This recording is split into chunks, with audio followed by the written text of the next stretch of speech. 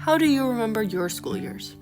Spending time with friends, being involved in activities like sports or art, or maybe even being eager to learn about all aspects of life. But these joyful moments do not represent the whole picture. This is me. Happy kid, right? Throughout all of these moments in my life, I was struggling with intense anxiety. When I was 10 years old, I was diagnosed with a blinding eye condition that has since stolen much of my vision. During this time of immense transition, I was being bullied, trying to adapt to my new reality, and attempting to keep up with my schoolwork. My mental health was suffering. I would sit up all night worrying about making friends, fitting in, and if I would ever be successful because of my disability. I sat in class, unable to breathe because of a simple 5-minute presentation in front of my peers. I felt alone and had nowhere to turn for help because I did not know if my feelings were abnormal, and I had no clue where to get support. My story by no means is rare or unique. Students all across the state have similar or even worse struggles with mental health and finding support.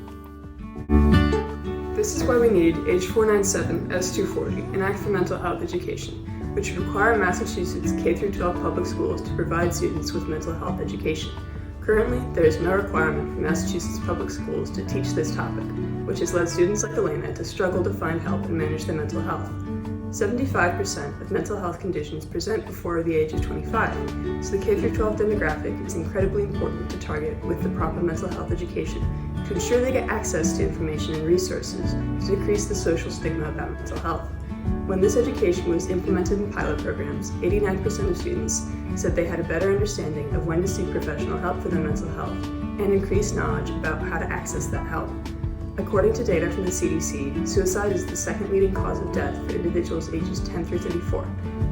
By requiring mental health education in schools, this bill can help abate our youth mental health crisis and support our students who will determine the future of our nation. This life-saving legislation is currently stuck in the Joint Committee on Education with a reporting deadline of April 21st. We urge you to reach out to the chairs of this committee, Denise Garlick and Senator Jason Lewis, and emphasize how important this legislation would be to saving the youth of our future.